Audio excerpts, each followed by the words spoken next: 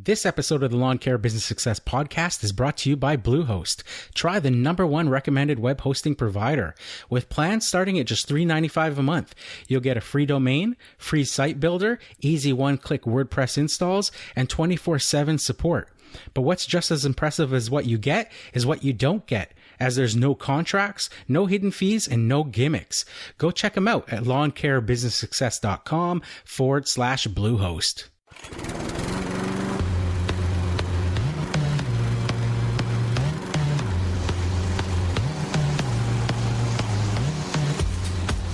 You're listening to the Lawn Care Business Success Podcast, the weekly show sharing proven methods and systems in marketing, equipment, and customer service, educational and motivational, to help make your lawn care business an overwhelming success. Now here's your host, Julio Tomei. Welcome, Lawn Care Nation, to another episode of the Lawn Care Business Success Podcast.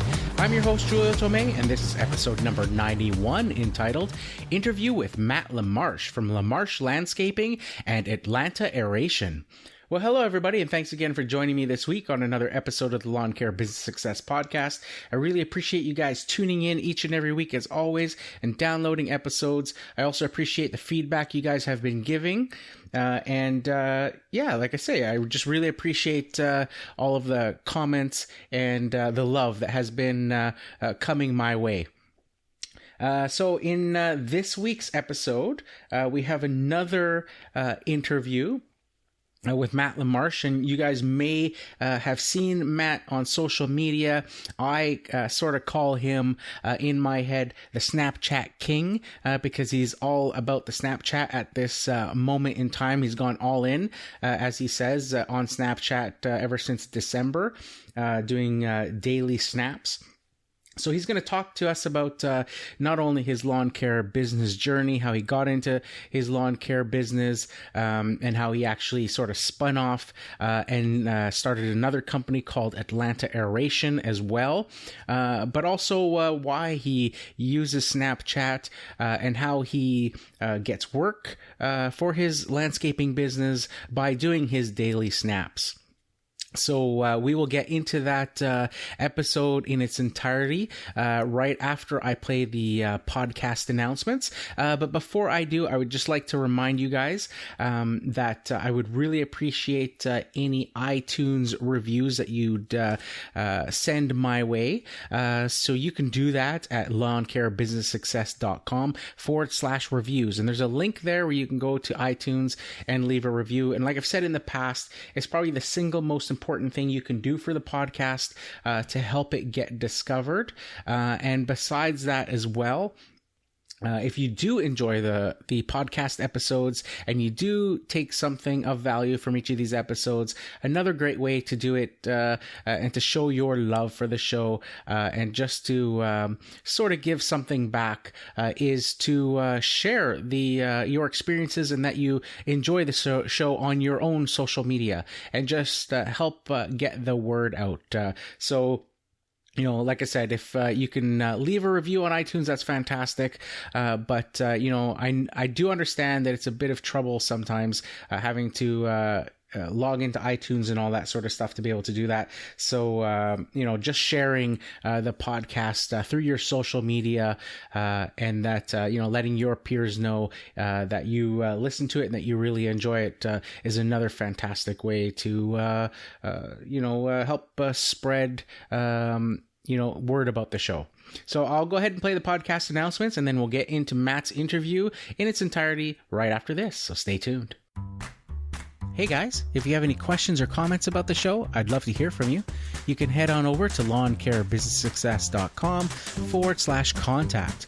And while you're there, why not join my mailing list and get access to a free PDF document of a landscape maintenance contract you can feel free to copy and use in your own business. For you Instagram users out there, be sure to follow me at Lawn Care Business Success. And if you haven't checked out my videos yet, well, what are you waiting for? Be sure to subscribe to the Lawn Care Business Success YouTube channel. Now, I know you guys love listening to audio while you work as much as I do, so I've partnered up with Audible to offer you guys a free 30-day trial and one free audiobook of your choice. There's no long-term commitments, and you can cancel anytime. And get this, Even if you cancel during the trial period, you get to keep your free audiobook. It's a great way to try the service and see if Audible is right for you. So why not give it a try? Head on over to lawncarebusinesssuccess.com/audible. Now back to the show. All right, so I'd like to welcome Matt LaMarsh from LaMarsh Landscaping as well as Atlanta Aeration. Hey, Matt, how's it going? Hey there, how are you? I'm doing really good. Really happy that you would agree to come on the podcast. You've caught my attention online. I sort of, in the back of my head, kind of call you the Periscope and the Snapchat king, and with your Snapchat spectacles. So really happy that you'd come on the show and talk to us about that. Yeah, no, wonderful. And thank you so much for the opportunity. I hope your audience finds some value here, but I know we got a lot to cover, so I appreciate your time as well. Awesome. So maybe start off and tell us a bit about yourself and your business. Sure. So for those of you that don't know, my name is Matt LaMarsh. I'm 34 years old. I live in Atlanta, Georgia. Married, wife, 2 kids. This is actually my second business. About 10 years ago, I started an eBay business where I took people's stuff and sold it online. Oh, cool. That business was really, really successful, but the market took a turn, obviously. People started selling their own stuff, and so that business just disappeared. So this business is really unique because it's something I'm passionate about. I enjoy being outside, working with my hands. My grandfather kind of taught me all about landscaping and the business aspect, how to market yourself, how to sell yourself, but also what it takes to be successful in this industry. So I kind of took that stuff that I learned as a young teenager, turned it into my own business, LaMarsh Landscaping, about a year and a half ago, 18 months. We've been in business now. So 2016 was our first full year of business. We had a fantastic year and definitely exceeded my expectations, but Atlanta Aeration kind of came along about 6 months ago. That's a very niche business that I saw as a need to kind of take a niche, but also scale that business significantly faster than LaMarsh Landscaping was scaling. So but we'll definitely dig into that a little more. Yeah. Lawn care business, as far as LaMarsh Landscaping goes, for 2017 is just maintenance at this point. Last year we did landscaping and maintenance. It was kind of 50-50 mix. Learned a lot through that, but what I learned from 2016 is that maintenance is just gravy business, and that's where I'm strongest. And I like that part of the business, so it's the most predictable part for me. So I am going to be focusing on that strictly for 2017, and it is my full-time income at this point. So, so yeah, but I love the lawn care industry. I love the people that I've met through social media, and the GIE Expo that we went to last year was fantastic. So that's kind of the reason that I wanted to get into this business. It kind of had a low cost of entry.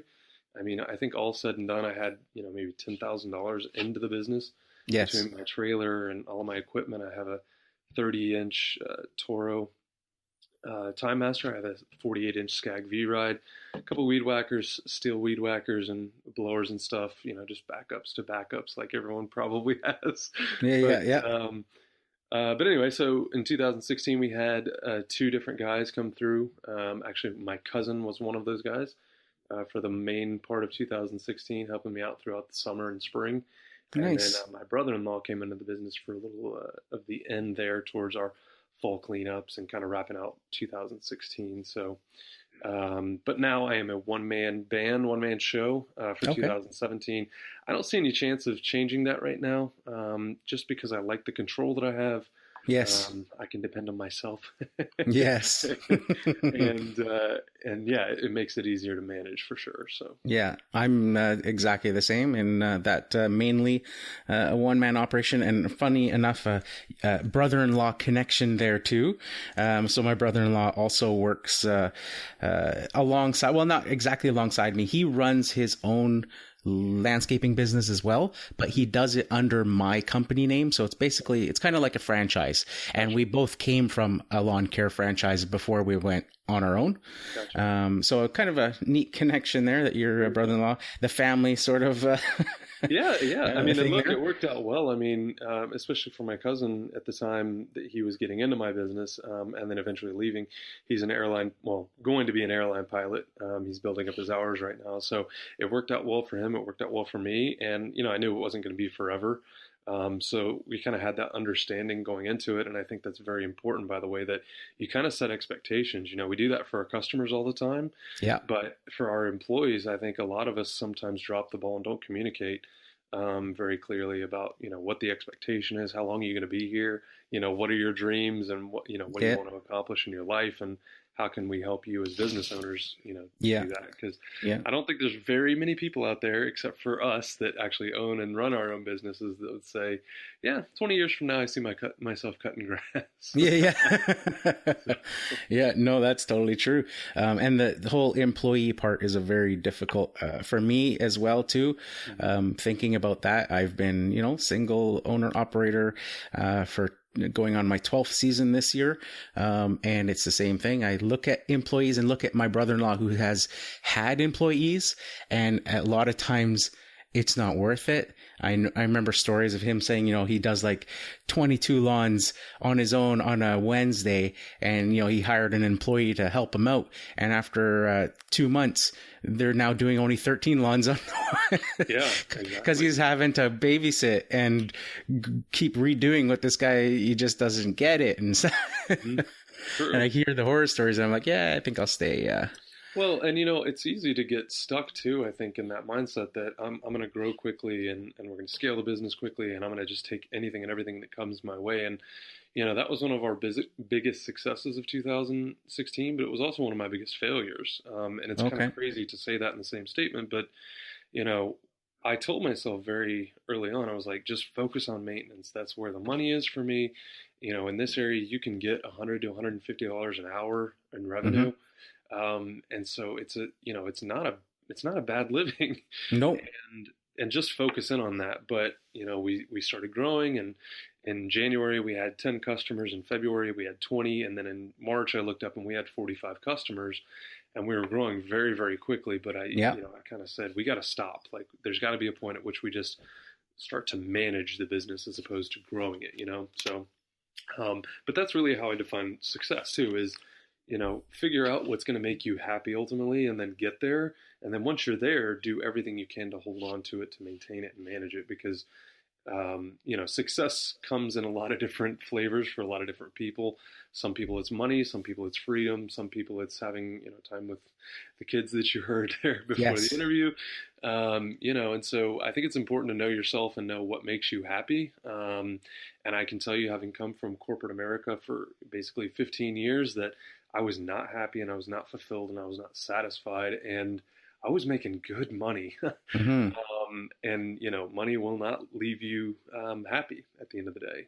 It can get you resources and time and some of that freedom, but it's not the end all be all. So no, that's a great point. It's actually funny. The whole reason I named the podcast Lawn Care Business Success was not what people think it means. And most people think it means, learning how to make a lot of money. Exactly. and it has nothing to do with it.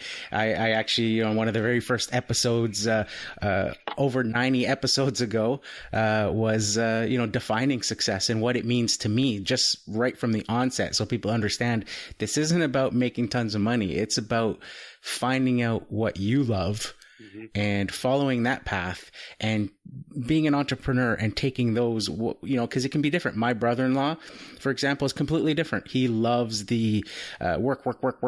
It's just part of him. He'll go in the morning from 8 a.m. till, 9 o'clock at night. He'll work on weekends and all that sort of stuff. And for me, I'm completely opposite. What makes me happy is being able to work, take my kids to school, go to work from 9 till 2, then go back and pick up my kids from school, start dinner, take them to soccer practices, don't work on weekends because I go to their soccer games and all that stuff. So the whole, like you said, defining success and what it means to you, people have to understand that it's different for everybody. Absolutely. It's not one generic thing there. That's exactly right. Yeah. So what first attracted you to the lawn care industry in the first place, and what made you want to start? Yeah, I mean, it's kind of a funny story. I was telling one of my friends about this last week. We were at dinner with them, good friends of ours, and we were actually having their engagement party here at our house. And Okay. everyone was in our backyard, a bunch of friends and family of theirs, and we were kind of the hosts. And, we're just around drinking a couple beers and stuff, having a good time. And a couple of guys come up to me and they're like, man, who does your yard here? Like, you guys got a great looking yard and things look fantastic. And how long have you guys used them and stuff? And I'm like, you're looking at them. Like, Yeah. this is the lawn crew right here, you know? Yeah. And I've always kind of gotten that sense of pride, and accomplishment by doing it myself. But I never really realized, that I could do it on that level, right? And I guess there's always the misconception that it takes a professional. But I had been educating myself and reading books about business and entrepreneurship and marketing and sales and all this stuff for years, long before I started to actually execute upon it. And so with my first business, with the eBay stuff, I was learning all that stuff in the market. I wasn't reading those books yet. Yeah, trial by error. Exactly right. Yeah. And I learned a lot faster that way just because that's how I learned, through experience mostly. And so... but got a little bit smarter over the last 10 years and started reading books and watching entrepreneurs and stuff and how they work and how they learn, and found out there's a better way to learn, which is just watch other people.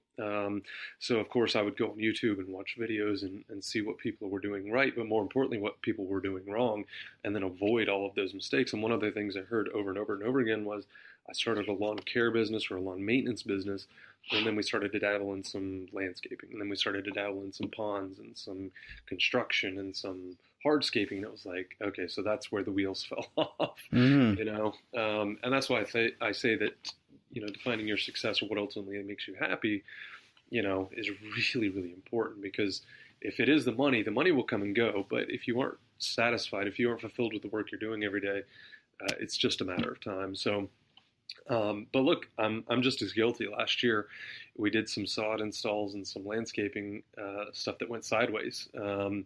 And fortunately, we either broke even or made just a little bit of money. We didn't really lose much, but there were projects that we got really, really close. And it was like, man, all this stress and anxiety for what, So that's why for this year, we are just totally focused in on maintenance, and it's going to allow us to free up some of our time as well. Won't make as much money as we did last year probably, but do have another business that I'm getting involved in here at the end of 2016 and first couple months of 17 that is really exciting, that I'm really excited about, that's going to take some of my time away, but will also allow me to do some things financially this year and next year that I wasn't going to have the ability to do before. So, but I'm also trying to build Atlanta Aeration up through the website. The website's aerationnow.com.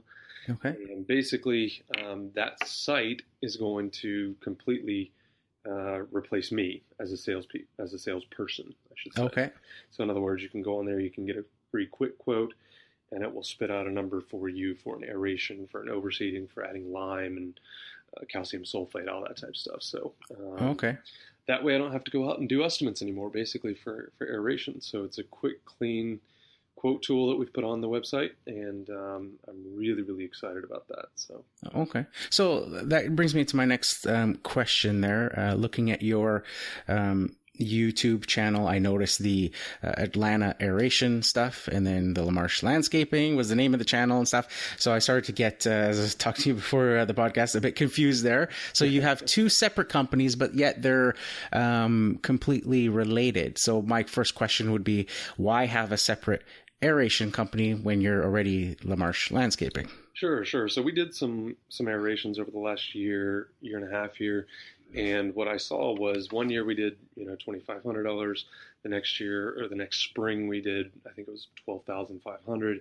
And then last fall we did like $24,000 in aeration. So that business, just in the month or two that we're able to do it here in Atlanta, I saw unbelievable growth with really not trying to market it, not trying to sell it. And so 6 months ago, I started looking at, how do we build a business around that? Because no one's really done that. It's a very tight little niche. And the reason that I started a completely separate LLC in business was because my idea was to scale that business, get it to a point where I could actually turn it around and sell it to a fertilization company or another weed control company, an Urbanomics, Weed Man, something like that. So, yeah. Interesting. So is it just you that's doing the aerations at the time?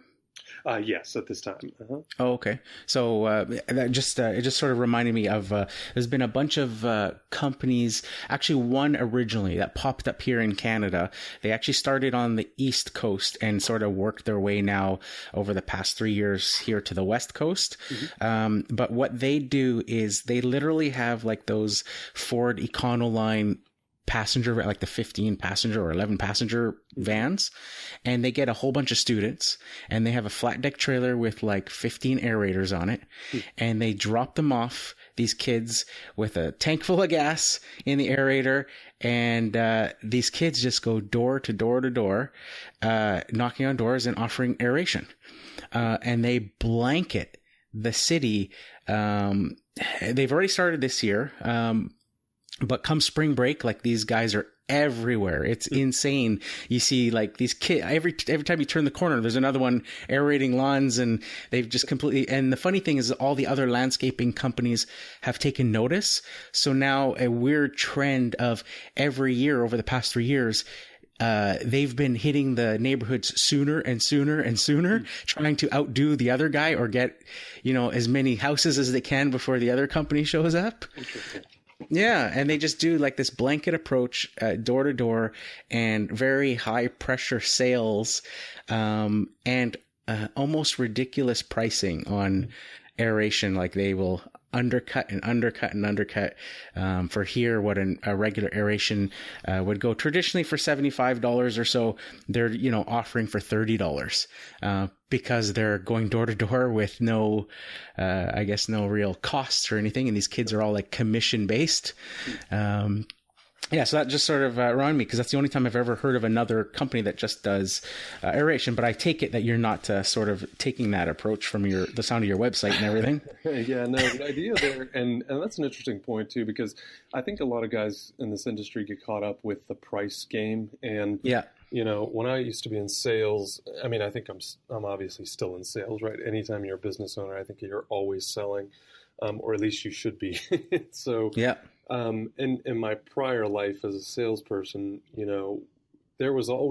price was always part of the discussion, as long as the customer made it that way. And, I think you as a good salesperson understand that price is important to people, but it's not the end all to be all. And so, cost is also an important factor. And so if those customers are experiencing a high touch, if it takes you 10, 15 minutes through a phone conversation or through an estimate process to get a hold of someone on the phone or whatever, that's time, and that's time away from their job, their kids, whatever. And so one of the things that I've always tried to focus on in sales, and particularly in my business, is, and I think it's one of the things we do really, really well, is what I call adding value or solution selling. And basically what I mean by that is that instead of just selling on a price, I'm selling you on me. I'm selling you on the service.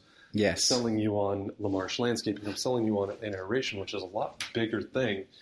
And so one of the things that I, with Atlanta Aeration, get back is my time. I don't have to go out and do estimates. And so, now they don't have to be there. They can simply go to the website. They pop in, I've got a half acre and it's $200, and it's a done deal, right? So they're getting some of their time back. They visit the website at their leisure. They can purchase right then and there using a credit card. So it's very, very simple. I don't have to meet them out there on the weekends when I don't want to be there and they don't want to be there. So it's a very nice and clean way to do business. And, I've had a lot of customers say to me, well, 200 is a little expensive, or 300 is a little expensive. And I said, that's fine, but that's the price. And, there's always going to be someone cheaper. Always. Yes, absolutely. And so I try to sell against, the results that we get with our aerations. And the maintenance that we do is a notch above, what's typical in the market. And I know that because I've got my finger on the pulse. I know what's going on in the industry, and particularly in my market. And there's always someone out there that's going to go, all right, if LaMarsh will do it for 60, I'll do it for 55. Yes, of course. Yeah. No, that's a great point. My, and a lot of business owners have to wrap their head around that as well. For example, my, brother-in-law, like I said, he's always working, and he's always calling me every time he sees these guys blanket the neighborhood with their aerators and stuff. And he's like, they're at it again. And I'm like, don't worry about it. These guys, yes, it's aeration, but it's not the same as what we're offering, because these are, number one, they're kids. Half the time they miss huge paths and stuff. We've had stories from customers who said that they used them and the person sold them and said that they were going to do like a cross pattern in the backyard.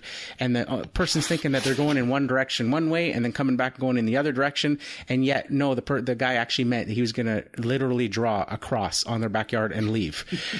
And the other thing is they don't have blowers with them. So they're leaving cores all over the driveways and sidewalks. They don't have, being kids pushing aerators around, they don't have lime or fertilizer or seed with them that we can offer a more full package, which is what Atlanta Aeration sounds like. You guys kind of focus on the extra add-ons and stuff like that. Exactly. So I always, tell them, like, don't worry about it. It's not the same. And these customers may hire these people once or twice, but soon they'll learn that the added value is that, yes, we're charging a bit more, but we're cleaning up after ourselves. We're blowing those cores off the driveway and all that sort of stuff where, these kids are just leaving a mess.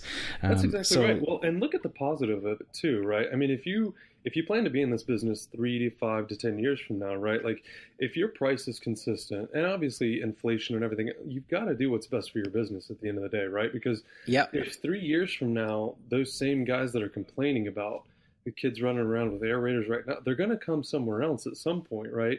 And if you're still in business, number one, but number two, you've been right that whole time, don't you think that they're going to notice? Don't you think that they're going to, there's going to be some value created by you not only being in business, but you being right, historically right for 36 months or 48 months or, even 60 months. If it takes them 4 or 5 years to come around to you and you've told them, you're a little more expensive because of those add-ons or because of the added value or because you take your time or because you clean up after yourself. Again, that's stuff that separates you. And in this industry, you have to constantly be thinking about what can I do to differentiate myself?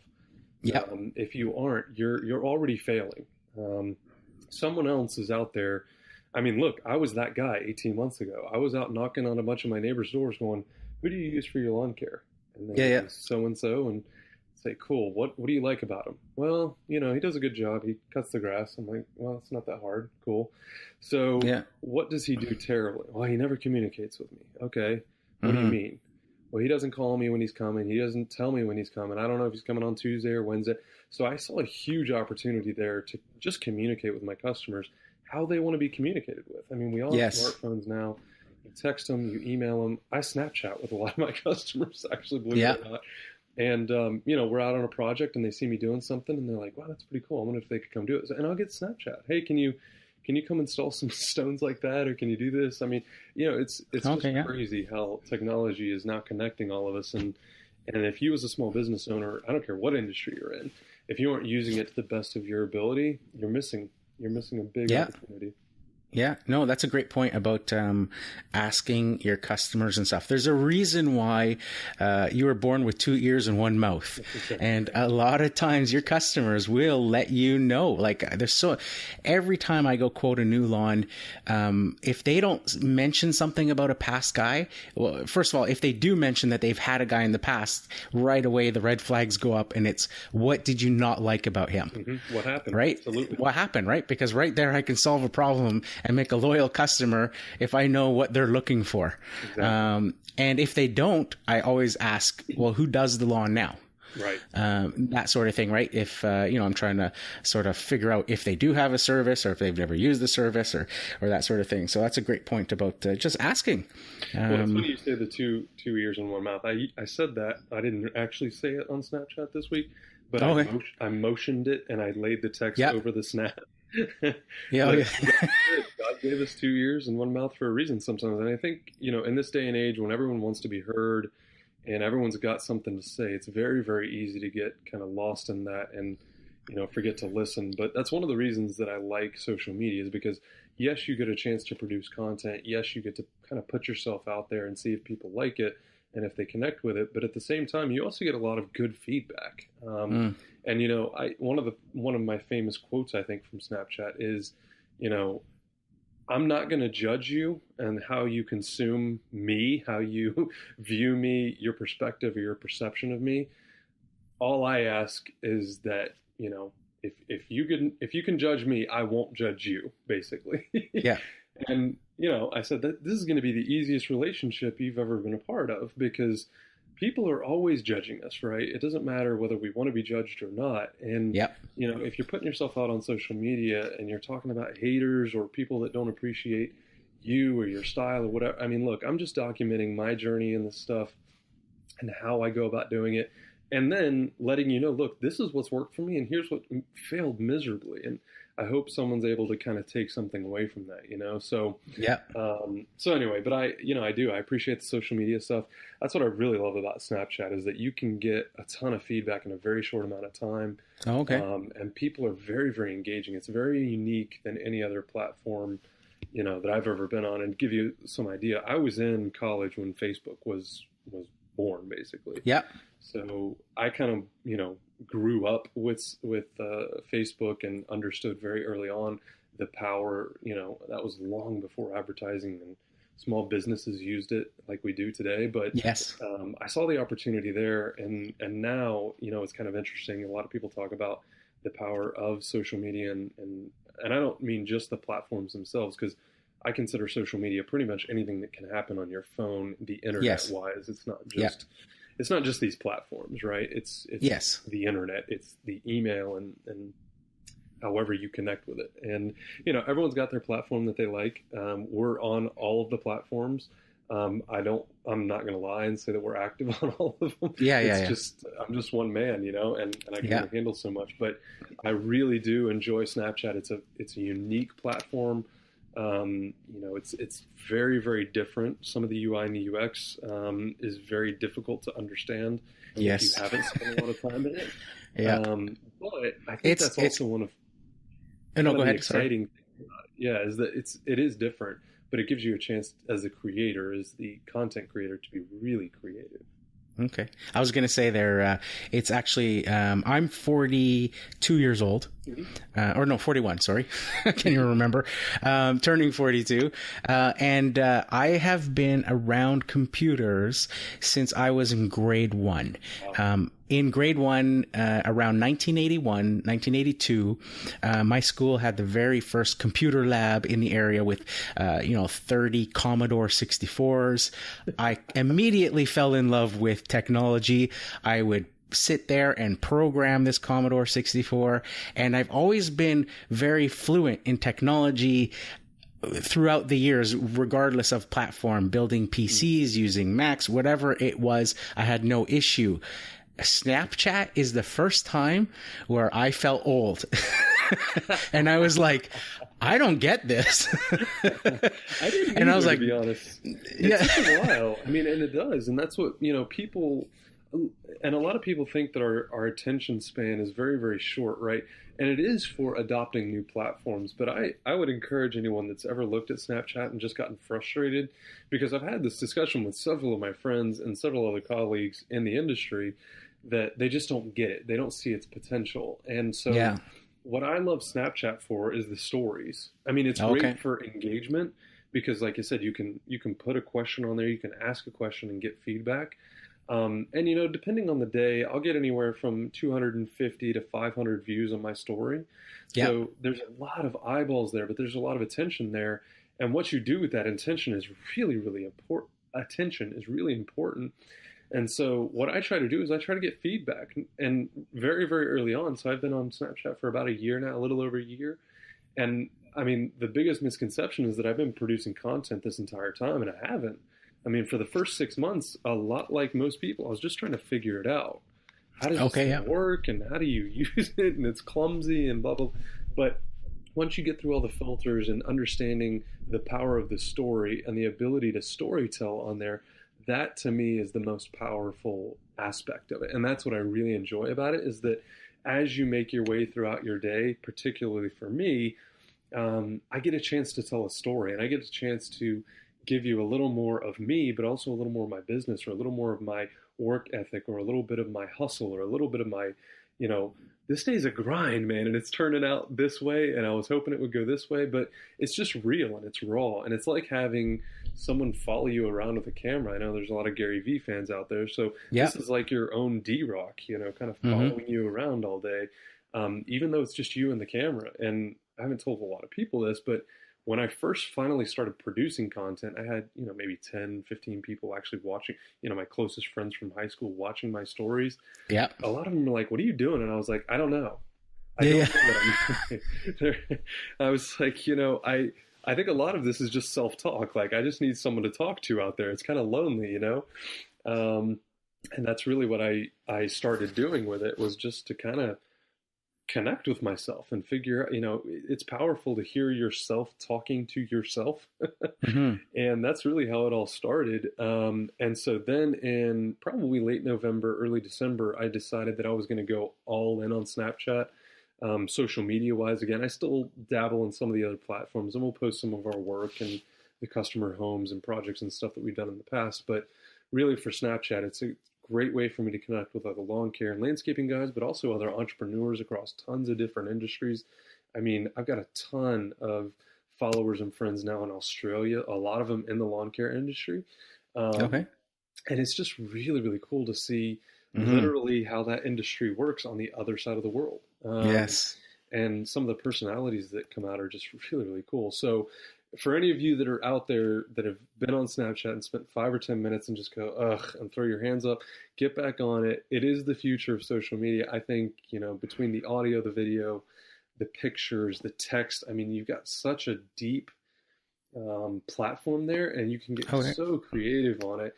I mean, look, the way that I got into it was just watching other people do it, and trying to figure out, how did you do that? Or how did you make that work? Or how does that functionality work? And that's what's great about it. You can engage on it, and it's very, very quick. It's very, very easy. It's kind of scaling that unscalable, which is me, the one guy. So yeah.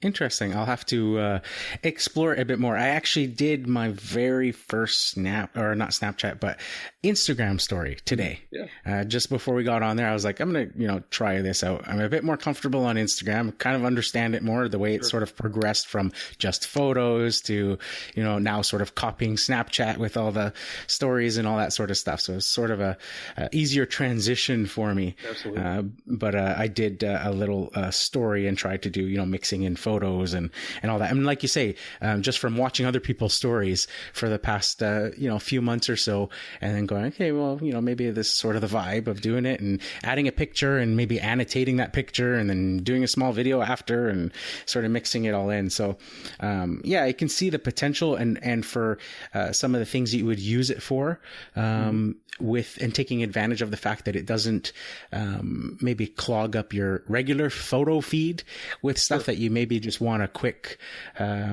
feedback on, or just a quick message or something like that.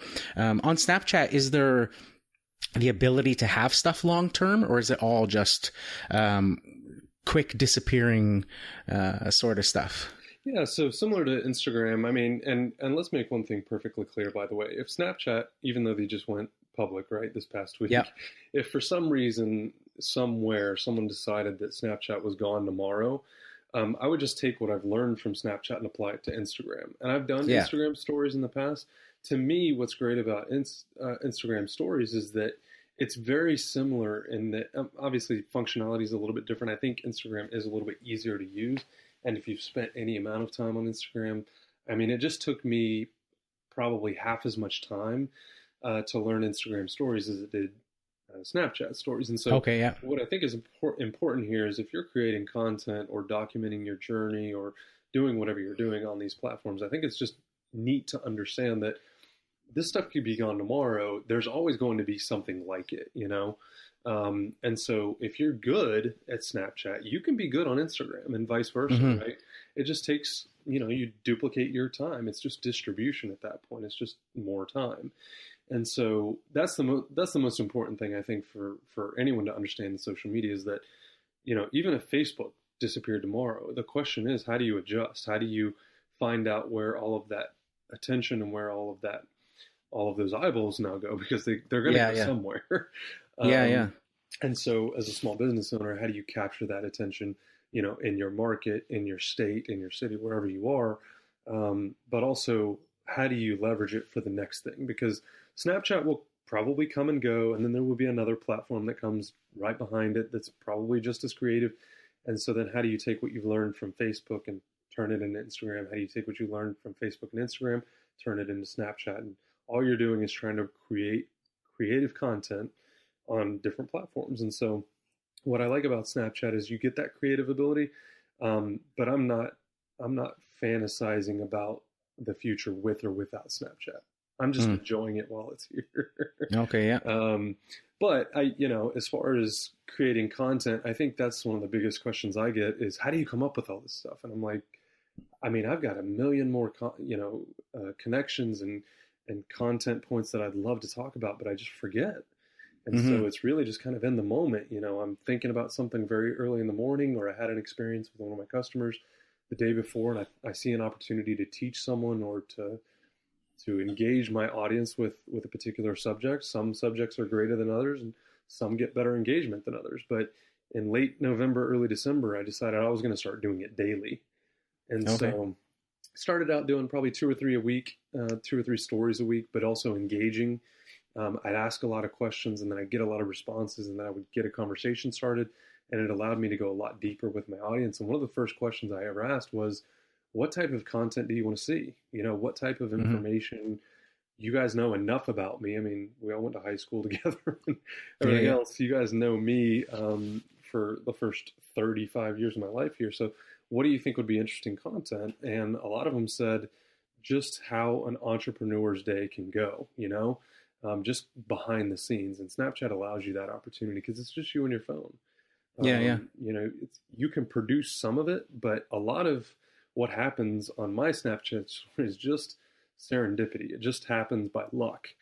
And so I think that's one of the coolest things about it, is that things happen, people come into your story at certain points, and it's like, wow, that was pretty neat, actually, the way that kind of all fit in and flowed. So, but I think it was like the last 2 weeks of 2016 that I actually got into daily.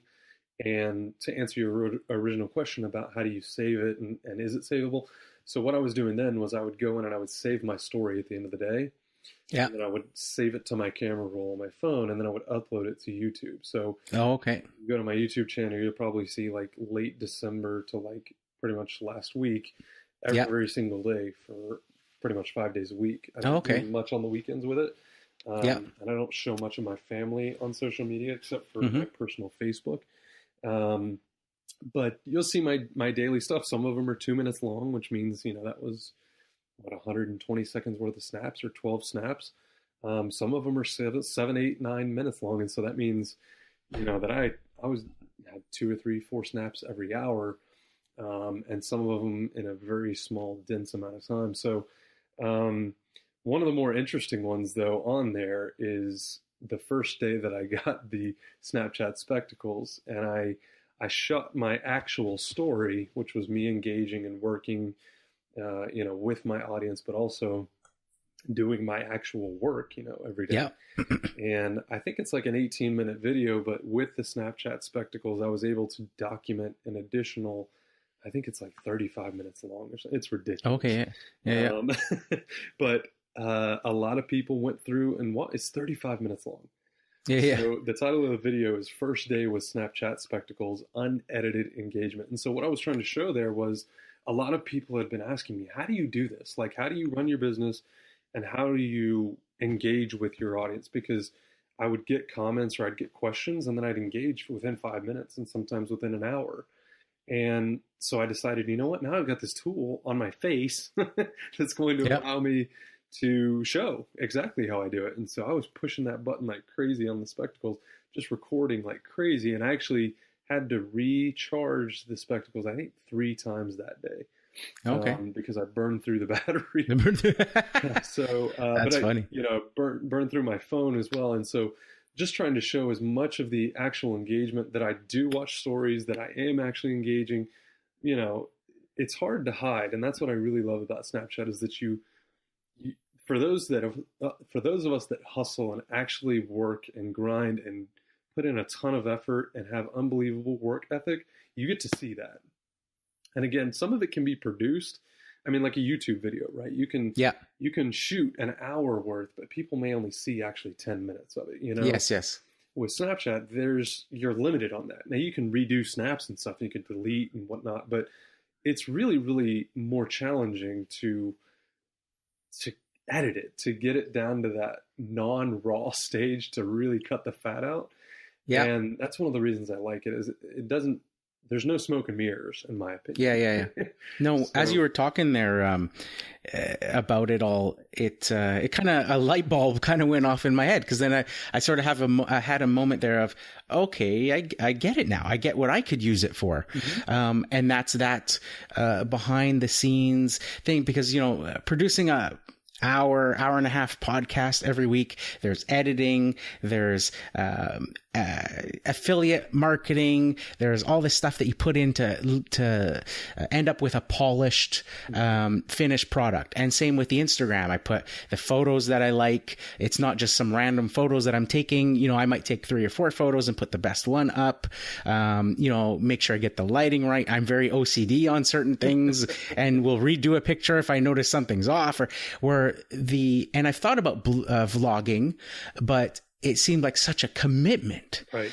And this, like when you were talking, I was like, light bulb, like, there you go. Just do that. The quick stories, the quick engagement like that, of showing the behind the scenes raw stuff, because what you put out is inherently the positive. Everything is everything is beautiful in entrepreneurship stuff. Sure.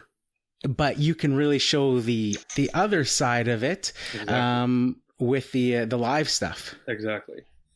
Yeah, and that's what I really like about it. You know, you can do that with other platforms, but with Snapchat, it's so much easier and so much faster. Like, people don't understand how important my time is to me, right? And so, for instance, we've been talking for 42 minutes, right? To get me to sit still for 42 minutes is a big challenge. I mean, and it's not just because I'm an entrepreneur and my mind is always racing, right? It's because I have kids. It's because I have a wife. It's because we have, family that lives very, very close to us, that's always, wanting to be with us and connect with us and go out to dinner. And, life is just busy. And so when you get into Snapchat, one of the things that I think you begin to appreciate is the functionality, particularly when you're talking about engaging with your audience. And so, if I'm just looking at my Snapchat right now, I've got 14 notifications sitting here. I could burn through those in a minute. Mm-hmm. Whereas if I go into Facebook and I try to respond to 14 notifications, that's going to take me 10, maybe 15 minutes. And I'm good at Facebook. Yeah. But in order for it to be meaningful, in order for me to take my time and think about my response, and, because generally I look at everything as an email or as a conversation. If that person were sitting in front of me and they just asked me a question, how would I respond? It's not just okay or thanks or thank you, So, but the great thing about Snapchat is that you can do that with video. So now you feel like that person is sitting right next to you, and it may take them an hour or 2 or 3 to respond, but now you can see their face, you can hear their voice. You're now getting context, and you're getting the emotion also behind it, which is really, really important. And again, you can do that on Instagram. I'm not romantic about Snapchat at all. Snapchat could disappear tomorrow, and I would be all over Periscope. I love the live broadcasting stuff. And I know a lot of guys are on Periscope and follow people on Periscope, and look, it's a great platform for what it does. I just don't think everyone's using it like it should be used. The way I use it is, here's a topic that I know a little bit about. Here's my experience with it, whether it's sales or marketing or how to build a business or entrepreneurship or whatever I think is a fun topic. And, by that title, we either get people into the broadcast or we don't. And by getting people into the broadcast, then it starts the conversation. But what drives me nuts is these guys that have Periscopes and they broadcast, and they go on there, and I'm commenting, or I'll ask them a question, and then they don't answer it, or they don't engage with me. And I'm like, the only reason we're on social media is to engage. Like, I got in the room to talk about small business. I ask you about small business and your perspective on it, or what's working for you. And then nothing, So, and look, I'm not perfect by any stretch of the imagination, but I really do try to engage with my audience, engage with people that are watching and trying to learn something. I really try hard to connect with those guys individually as well, not just on Periscope, but on Snapchat and with other platforms. It's just so much easier on Snapchat because it's scaling that unscalable. If you go through and watch that 35 minutes, it'll just blow your mind how much more efficient and how quickly you can scale yourself as a personal brand, as a business. It just doesn't matter. So, okay, that's one of the really interesting things about it. Okay. So I remember watching one of your snaps, and I've noticed the hashtag why I snap that you add. So I'm guessing that you get that as a question quite a bit. But I remember you talking about along those lines, why you snap, and that you've gotten work out of snapping. So maybe relating it to sort of the lawn care business and that sort of thing, or the aeration side of it. What sort of strategies do you use in using snaps, or is it something you're just sort of figuring out as it goes on how it's being able to generate work for you? Sure. So two things. I think the first thing is, just like in any social media, whether it's email marketing that you're doing or it's Snapchat or Periscope, you have to be consistent. You just have to be consistent with it. And whether it's once a month with an email marketing thing, or it's every day with Snapchat, or 10 times a day with Snapchat, you just have to be consistent. And that's how I've gotten work off of Snapchat. So when I did a snap one time that, so I live in Sandy Springs. Brookhaven is another neighboring city of ours. And I used a Brookhaven geo filter on Snapchat one day. Okay. I was talking about doing some landscaping work in that area. And a friend of mine that I went to high school with has a friend that lives in Brookhaven. She saw my snap and she said, I didn't know you guys worked down there. She sent the snap to her friend and said, this is Matt. I went to high school with him. He does landscaping down in Brookhaven. Check him out. 20 minutes later, get a phone call. Hey, can you guys install some stone steps for us in our backyard? Sure, no problem. $500 job off of Snapchat. So anyone that gets upset or it's not working for them just isn't trying, And you do have to ask. Look, I didn't even ask that time, right? But she just saw the geo filter and she said, man, I thought you guys just worked exclusively in Sandy Springs, and that's why I never connected the dots. And I said, hey, I don't fault you for that, Yeah. But the geo filters, being consistent on it, but then you got to ask, if you've got a big audience of 100 or 200 or 300 people watching your Snap stories and you want something, just ask. If I want information, I ask. Yesterday I said, what do you guys think about Mercedes-Benz renaming a street? And people gave me opinion after opinion after opinion.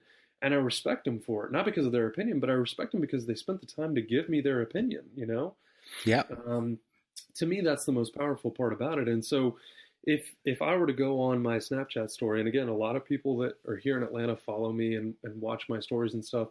If I were to say, hey, if you know of someone that's looking for a good landscaper in the Sandy Springs, Dunwoody, Brookhaven area, just north of Atlanta, could you just have them reach out to me? And here's my cell phone number, or here's our email, or whatever.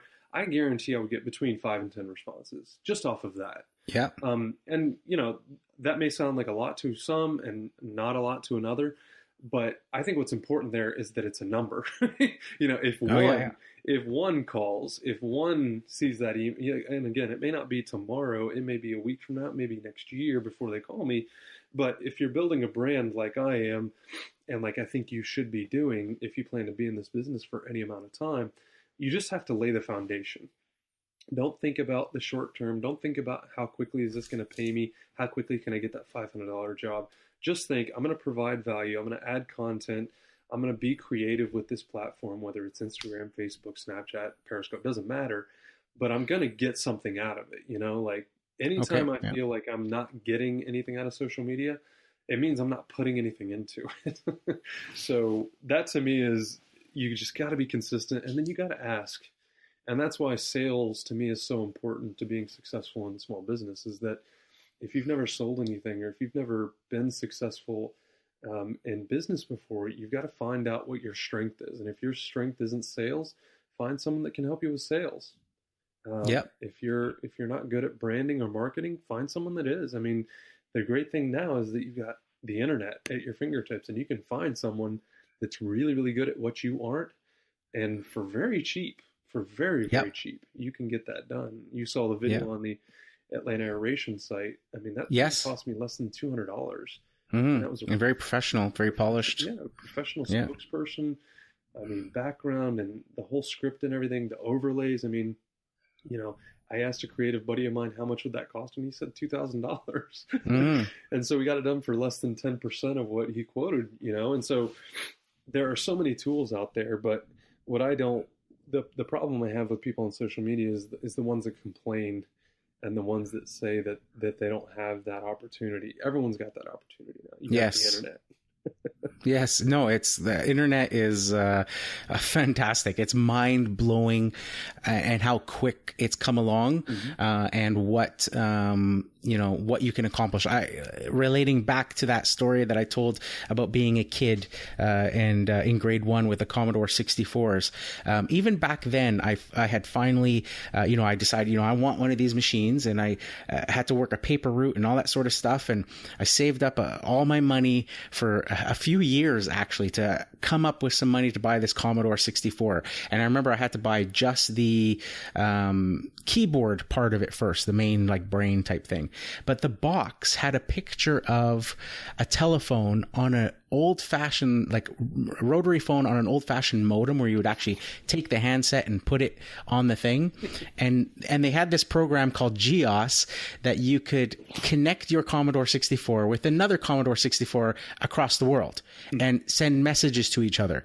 And at 7 or 8 years old, I was looking at this and my mouth dropped and I was like, oh my, going like the potential there, going, you can send a message like across the world, just typing it on your computer. Right. Like that's crazy. And then to think about what you can do now on the internet and what you can learn from the internet is just, mind blowing. There's absolutely, like you say, no excuse for complaining that you've got it rougher than somebody else in that sort of sense. It's a level playing field.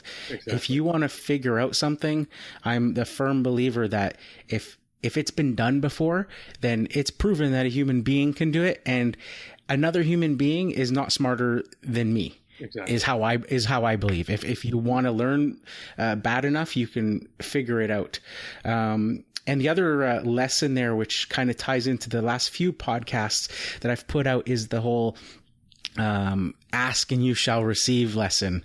And like you were saying there, if you don't know how to do something, if you don't know, just find somebody who does know and ask them, and just put yourself out there and, don't be afraid, but to sit there and just complain that things don't go your way or that, it never happens for you and stuff like that. You have to take the action first to take those steps.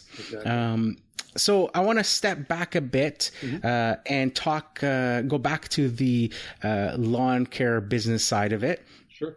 And just maybe go with the question about sharing a time that you struggled in your business and what you learned or did to overcome it. Yeah, so the easiest example of this last year for me, at least, was 2016. I think it was like June. We had this huge sod job. It was about 6,000 square feet. And I say huge because it was the biggest one I had ever done. Okay, yeah. So it was 6,000 square feet, probably 12 pallets. It was a big job. And so we got there, we had a bunch of clearing to do, and it took us probably a day and a half just to get it down to dirt. We had a sprinkler installed that was kind of clumsy, and they were falling over us. We were falling over them during grading and stuff. And, we started laying sod it was a Monday to Friday job. We started laying sod on Wednesday morning at probably 10 or 11 o'clock. And at about 1 o'clock, when about, 2,000 or 3,000 square feet were down, torrential downpour just started and ruined about half of our grading job. So, but in addition, we lost, I think it was 6 pallets of sod because we just couldn't lay it down in time. We had to come back and redo the grading. So there was a dumpster in the way. anything and everything that could have gone wrong on that job went wrong. Yeah.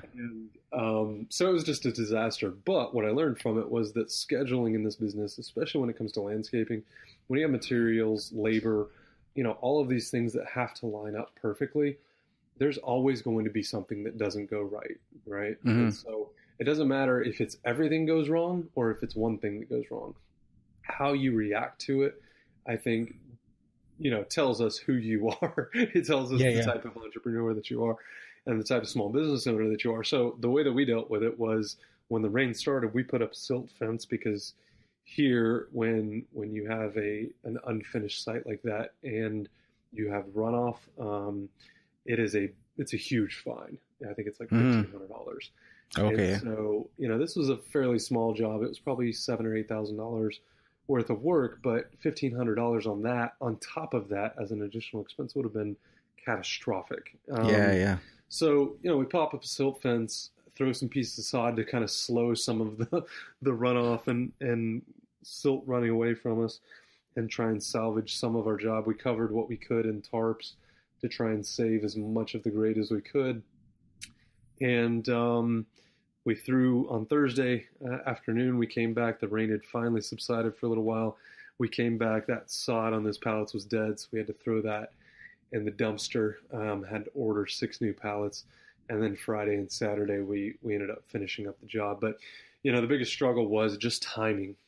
Just trying to get everything in line, trying to set it up and knock it down as quickly as possible. And, I think sometimes we get too much in our business instead of working on our business. And what I mean by that is that when you're doing the actual work, when you are a solopreneur, you are often way too close to it. And it's sometimes good to step back and take a proactive approach to how am I going to handle the next job? Because again, something's going to go wrong. How do I deal with it? How do I nip it in the bud? How do we, proactively get ahead of it, cut it off at the pass so that it's not as catastrophic as this one was. And so, okay, it's just, that was the biggest struggle for sure. But, I learned from all of it. And I think the biggest thing is that planning and all of this is great, but you've got to go execute on it, at some point. And again, stuff's going to go wrong, and, you just got to control what you can control. And that's about it. Yeah, no, absolutely. Being an entrepreneur and having a business is a fluid thing, and you just got to go with the flow when things happen. Right. So what's your favorite thing about being self-employed? The freedom. By far the freedom. The freedom. Yeah, absolutely. Awesome. That's the common theme that I get from everybody. Everybody's got maybe a bit of a twist on it, but it all comes down to that same principle there. Yeah. So besides the Snapchat, in what ways do you market your business? And maybe share your number one marketing tip for guys. Yeah. So I've used the internet. I've used social media. Obviously, it's a very powerful tool. The only way that I've ever really marketed my business is word of mouth and referrals. And so, the only marketing, the print marketing that we've ever done has been one flyer that me and a realtor here in my area partnered up, and she had a little folder that she sent out. I slipped a little 1-page, really nice glossy piece, 8.5 by 11 front and back, showing pictures of our work, the services that we did, all that stuff. And, that thing cost me, I think it was $400 or $500 all in. Okay. I mailed it out and everything. And we ended up getting about $7,500 worth of work. So that was a great ROI for us. But everything else has been social media. And again, social media meaning email marketing, nextdoor.com, Facebook, Instagram, Snapchat. I mean, that's free, it just takes time. And so early on, I worked my business, starting out with the lawn care stuff in like September and October of 2015, but I was also working my full-time job, and I worked 6 months part-time in my business until I was ready to go full-time, and then I left my full-time gig at that point. But literally, except for, again, that one piece of marketing we sent out, everything else has been word of mouth, literally hustling every day for 6 months to try and get the name out there, to try and get the business up and going marketing-wise. And the biggest thing marketing-wise, I think that I would share with any lawn care, landscaping guys in the green industry would be, if you're not on nextdoor.com at this point, you're missing out. Okay. In our area, there's probably 4,500 people now that I have access to. And, some of them live in apartments, so I can't count those as potential customers. But at the same time, what's really powerful about it is Nextdoor is kind of like your Facebook for your neighborhood. And I don't mean just your subdivision, I mean your community. You can start a business page on Nextdoor.com, and then people can go and recommend that business, just like Angie's List, just like Home Advisor. The difference is only people in your area, only your neighbors see that. Oh, okay. I made that a really big priority because I saw a lot of guys dropping the ball and missing that boat, and there was a lot of attention there. Like I said, we got 4,500 people in our area on it, and people love it. I mean, they go on there looking for landscapers and lawn care guys, but they're also looking for dentist recommendations and CPAs. And so if you're in business, period, you need to be on Nextdoor.com. It's just Nextdoor.com. Okay, yeah, that's great tip. I've actually never heard of it here in Canada. In some areas, it's really good. There are areas that are super dense, or metro areas like mine where there are a lot of people on it. And I understand there's rural areas. I've talked with guys that, they only have 100 neighbors on there. But you know what? That's 100 more than zero. And so I think what's really neat about it is that for those of you that are in the area that is very rural, that you only maybe have 100 or even 1,000 people in your neighborhood or in your area on it, what I did was what you should do, which it's good to get on there and to start a business page if you have that opportunity. But take it a step further. This is where the real hustle comes in, and this is what separates, in my opinion, the boys from the men.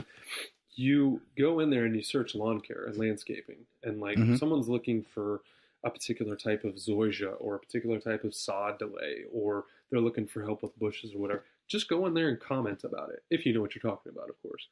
And if you have knowledge and you're helping them out, you're adding value to their life in one way or another, by the time you get to 50 or 100 comments across 50 or 100 different posts, people are now going to start to identify you as an expert in that area. And again, it doesn't matter if it's landscaping or lawn care, or if you're a dentist and you're talking about how you should be brushing your teeth twice a day. If you're adding value, if you're creating context for your discussion and for what you're good at, people will begin to see you as that expert. Awesome. Great tips there. And that, nextdoor.com, everybody should absolutely go check that out. Like I said, I had, not heard of it. So, I will definitely, go check it out and see if it's something that, here on the west coast of Canada that, has gained some traction, and take advantage of it if it has. So, you're in the Atlanta area, I'm assuming there, from the business name. Now, one of the most common questions that I get in my business is what I do in the winter. So is there a winter or off season as far as the mowing goes, where you are? And if so, what do you do in the winter? And if not, you can talk about a hobby, and I think I know what you're. Probably, yeah. If you saw the Snapchat story today, at least on March 3rd, So our business is year round. The maintenance business right now we have 40 customers that are year round with us, and what that means is that they're biweekly or weekly customers. Most of them go bi-weekly in the fall. For the weekly customers, they go bi-weekly in the fall and winter.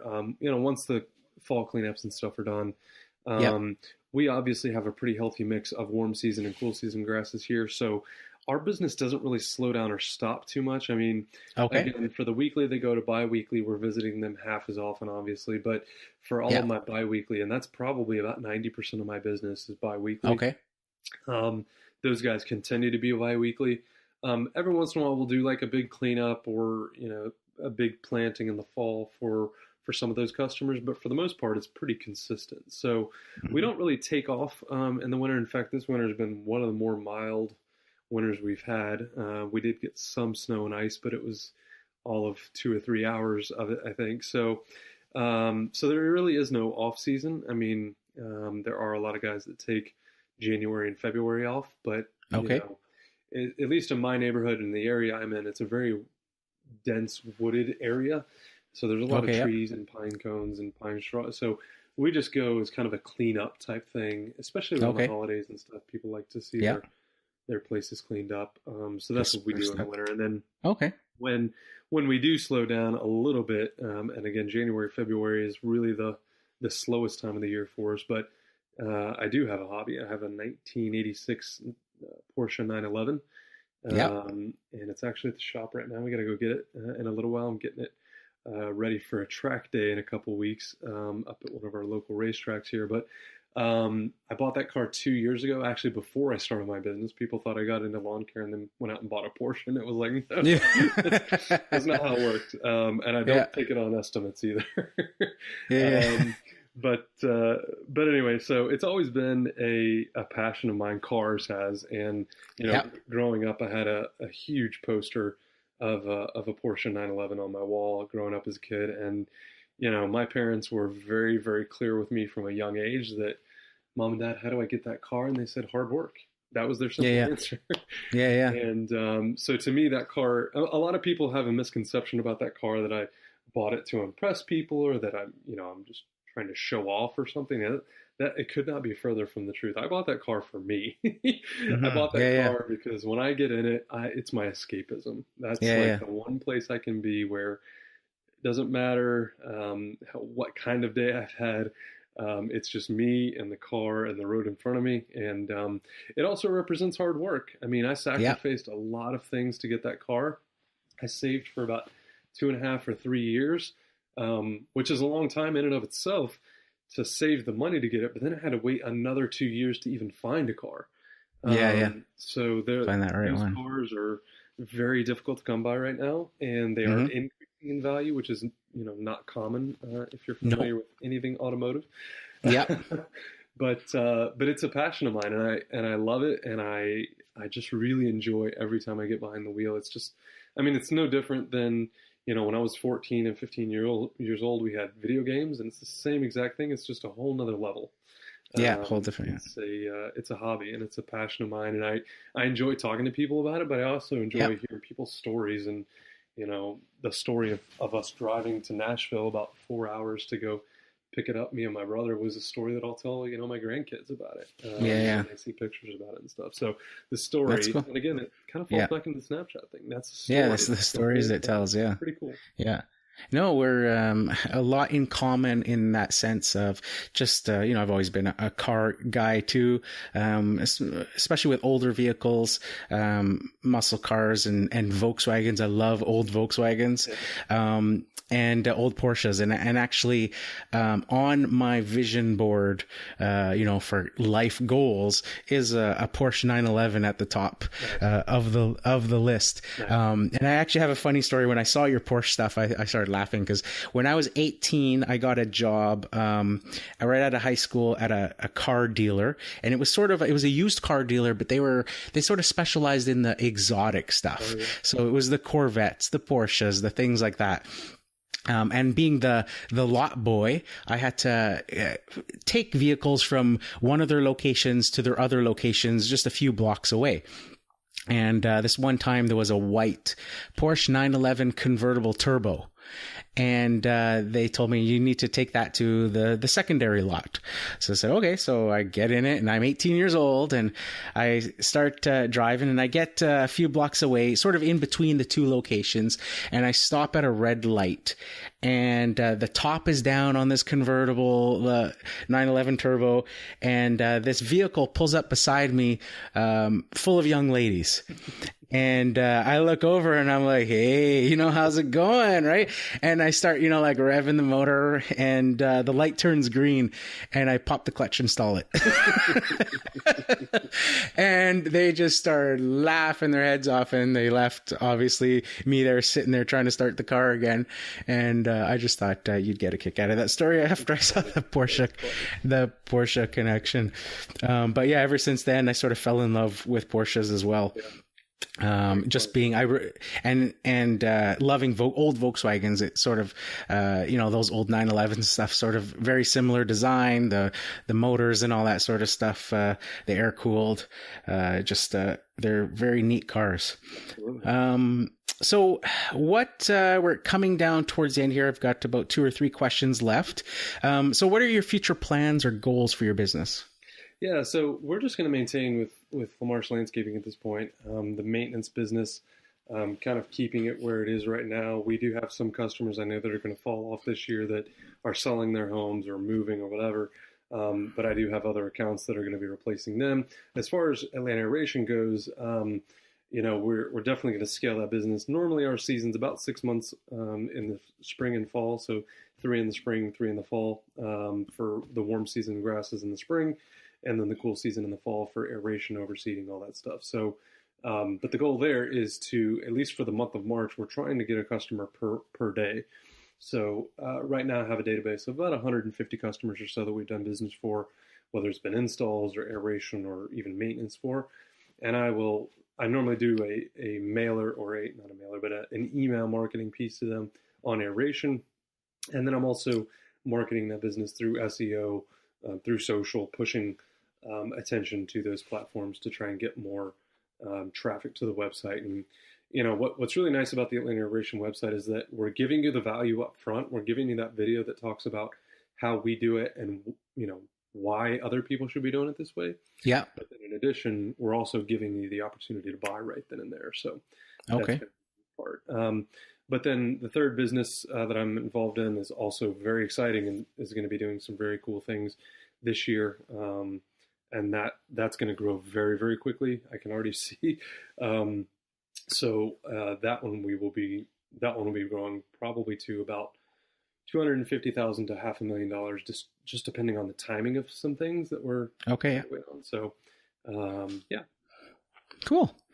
So this question here, share your best piece of advice with those just starting out in the business. So I like to sort of preference this by saying, this is somebody that you know really well. They're coming to you for advice, and this is somebody that you would truly want the best for. What would you tell them if they came to you and said, I'm thinking about starting a lawn care business? Yeah, I think the biggest piece and the best piece of advice I got was just try. Just try things. And especially when it comes to marketing and selling, guys now think that because I'm at a level that I'm at, that I'm not selling still. And I was knocking on people's door on Tuesday. If I've got an account where I have no other business and I'm trying to build up a higher dollar per hour for this new season, and so I'm trying to build up 4, 5, 10 other customers that I can get in the next 60 days that are already next door to other customers of mine. And if you think that I'm above going to knock on someone's door, you're just dead wrong. But that sage advice that I got was, you don't know what's going to work or what's going to fail until you try. And so that would be my best piece of advice, is that a lot of guys are like, well, how do I grow my Instagram following? You got to try. You've got to go and you've got to ask people to follow you. That's trying. You've got to push. You've got to try. You've got, if you never try, you'll never, ever know what's going to work or what's not. And then adjust. Yeah. If you go and knock on doors and you get 1 out of 10 customers, that's called a 10% close ratio. If you go on social media and you get 10 of 10, that's called 100%. Spend your time on social media if that's the case. But, you've got to go out and figure out what works for you. And that's the biggest thing, is that any of the advice that I share is very specific to that person, to that person's business, because a lot of people want this really broad advice. The broad advice is try. And if you don't try, you'll never, ever know what's going to work or what's not going to work. And not just try, but then try and then adjust. Once you figure out what's working, once you figure out what's not working, continue what is and stop what's not. But do it for you. Do it for your business. Don't do it because everyone else tells you to do it, Yeah, no, great advice. And I would say as well, not to take rejection personally. Exactly. It's a part of it. You have to go through it and just move on to the next one. The worst somebody can say is no. Right. And then you just get those out of the way. And, the sooner you get those out of the way, the sooner you get to the yeses. Exactly. So just keep at it. Don't take the rejection personally. And just, like you said, just try different things and adjust. So that brings us to the last question, and that is, do you have a website you can share, and how can people follow you online? Sure, yeah. So LaMarshLandscaping.com, aerationnow.com is the Atlanta aeration site. Aeration Now, AERATION now.com.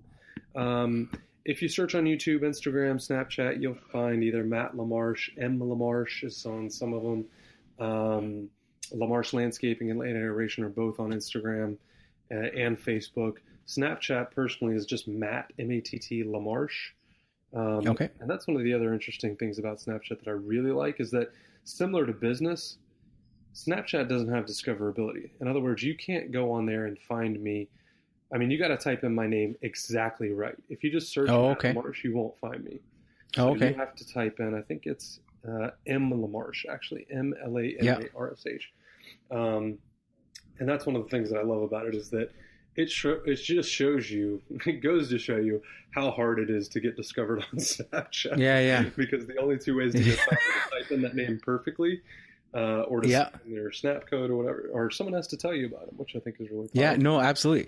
When I was first time seeing you, I think I saw it was probably Instagram, and I saw that you were on Snapchat and doing a lot of Snapchat. So I was like, okay, let me try and see what this guy's doing on Snapchat, because I've never seen any sort of landscaping guys on Snapchat. And like I said, I didn't know much about it, but I went to Snapchat and I started just typing your name and nothing was happening, and I was like, okay, what the heck? So then I had to actually go and look, back in Instagram to see what your Snapchat name was to be able to go back and stuff. So that's a great point that, there is that discoverability isn't the same as maybe on the other, where it gives you sort of similar, things to what you're searching for, that you can kind of narrow it down. All right. Well, thank you so much for coming on the podcast. I really appreciate you giving up your time, and especially there with, like I said before the recording, with your kid asking you or telling you, Daddy, I don't want you doing an interview, and not wanting to share your time. So I really appreciate that you would take the time out to talk to us today. No worries. I just hope that it was valuable for someone. And again, if you guys ever have any questions, I'm happy to, my life is an open book at this point, so nothing's off the table. I'm happy to help in any way possible. And I really appreciate you allowing the opportunity for me to come on and answer a couple questions, but I'll, again, hopefully add some value for some folks, and maybe we can do it again soon. Yeah, that's awesome. All right. Thanks. Well, there you have it, Lawn Care Nation. Hopefully you guys enjoyed that interview episode with Matt LaMarsh from LaMarsh Landscaping and Atlanta Aeration. Matt dropped tons of value bombs there, and lots of value on using social media to grow your landscaping business. He, described how, he's been in the landscaping industry fairly, recently, within a year and a half he's been in business, but he's grown his business quite rapidly, utilizing social media daily to attract new clients, to spread word of mouth of his business, and just dropped some great value there on the daily hustle required to grow your lawn care or landscaping business.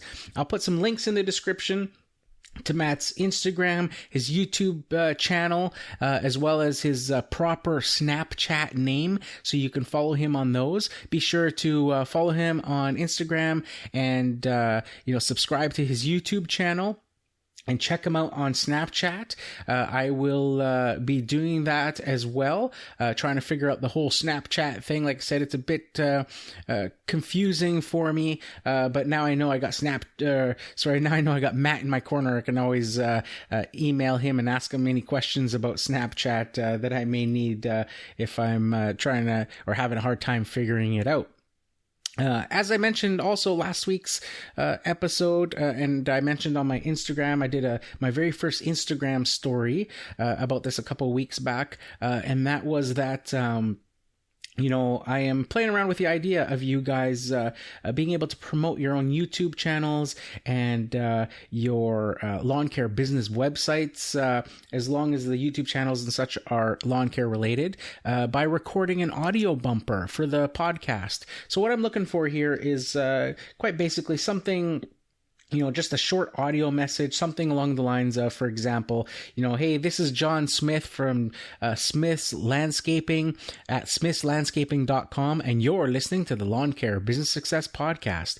Or if it's like for your YouTube channel, you could do something along those same lines with, hey, this is John Smith from Smith's Landscaping, and subscribe to us on YouTube at Smith's Landscaping, and you're listening to the Lawn Care Business Success Podcast. So something sort of similar to that. Use your creativity, see what you come up with, have some fun with it. I hope to use some of the submissions in a future episode of the podcast. So if you guys want to give that a try, head on over to lawncarebusinesssuccess.com and look for the gray tab on the right-hand side of the webpage that says Leave Voicemail. And with your computer, you can use, a set of a microphone and a set of headphones and record your message directly through there. If you want, you can also actually use your phone and just record a message using your phone, but you'll need to download the free SpeakPipe app available for Android and iOS devices before you do that. But it'll prompt you if you're on your phone on the website and you click on that leave voicemail. If you're on your phone, like I said, it'll say you'll need that specific app, and you can go download that app first and then use your phone. Otherwise, on your computer, you just plug in your headphones and mic, and you can go that way. So I think that's it for this week. Here's to wishing you guys all overwhelming success and freedom in your lawn care business. Bye for now.